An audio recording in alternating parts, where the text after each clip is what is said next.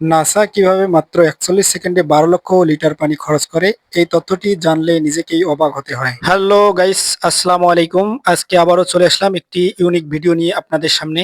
ভিডিওটি খুবই মজাদার এবং চাঞ্চল্যকর তথ্য দিতে চলেছে, তাই ভিডিওটি না টেনে সম্পূর্ণ দেখার অনুরোধ করছি। ভিডিওটি একটি বিজ্ঞানসম্মত শিক্ষামূলক ভিডিও। নাসা কিভাবে মাত্র ৪১ সেকেন্ডে ১২ লক্ষ কিলোমিটার পানি খরচ করে তা এই ভিডিওর মধ্যে সম্পূর্ণ দেখাবো। কিন্তু কেন তারা এমনটি করে চলুন জেনে নেওয়া যাক। রকেট উৎক্ষেপণের সময় প্রচন্ড শব্দ এবং তাপ উৎপন্ন হয়। এই তাপ এতটাই বেশি হয় যে রকেটের নিচে থাকা মাটি আগুনে গরম হওয়া পাত্রের মতো হয়ে থাকে। তাই এই সমস্যাকে সমাধান করার জন্য নাসা এক বিশেষ পদ্ধতি অবলম্বন করেন।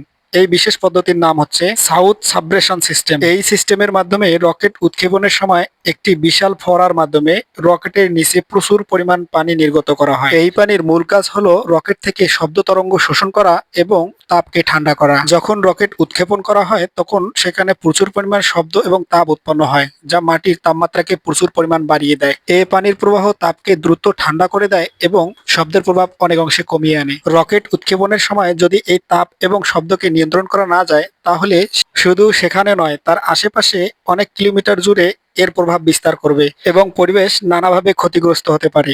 এ কারণেই নাসা এই পানির ব্যবস্থা করেছেন, যাতে রকেট উৎক্ষেপণ আরো নিরাপদ হয় এবং রকেট উৎক্ষেপণের আশেপাশে ভবন, দালানকোঠা সবকিছুই আরো সুন্দর নিরাপদ থাকে। এই সিস্টেমটি অনেক শক্তিশালী, যা কিনা মাত্র ৪১ সেকেন্ডে ১২ লক্ষ লিটার পানি খরচ করে। এত বিশাল পরিমাণ পানি একসাথে ছাড়া হলে এটি রকেটের নিচের এলাকাটাকে খুবই ঠান্ডা করে এবং শব্দকে শোষণ করে নেয়। শব্দ কমানোর পাশাপাশি এটি মাটিকে ঠান্ডা করে এবং মাটিকে পুড়ে যাওয়ার হাত থেকে রক্ষা করে। এটি শুধু একটি প্রযুক্তি নয়, এটি আমাদের বিজ্ঞান ও প্রযুক্তির একটি উন্নতির একটি বড় উদাহরণ। প্রতিটি রকেট উৎক্ষেপণের সময় এই পানির বিশাল ফোয়ারা সক্রিয় হয়ে একটি গুরুত্বপূর্ণ কাজ করে। এটি নিশ্চিত করে যে রকেটটি সঠিকভাবে উৎক্ষেপণ এবং আশেপাশে কোনো ক্ষয়ক্ষতি ছাড়াই রকেটটি সঠিকভাবে উৎক্ষেপণ হয়েছে। দৈনন্দিন জীবনে আমাদের রকেটের ব্যবহার বেড়েই চলেছে। আমাদের এ গ্রহ থেকে ভিন গ্রহে যাওয়ার জন্য, মহাকাশে যাওয়ার জন্য রকেট ছাড়া অন্য কোনো অবলম্বন নেই। তাই রকেটকে ব্যবহার করার জন্য নাসার এই যে বৈজ্ঞানিক পদ্ধতি, পানির ব্যবহার, এটা যদি না থাকতো তাহলে হয়তো আমরা ক্ষতি ছাড়াই এসব রকেট উৎক্ষেপণ করতে সক্ষম হতাম না। ফলে আমরা আমাদের গ্রহের বাইরে কোনো কিছু সম্পর্কে তেমন একটা জ্ঞান লাভ করতে সক্ষম হতাম না। তাহলে আমরা এখান থেকে বুঝতে পারি নাসার অবদান কতটুকু।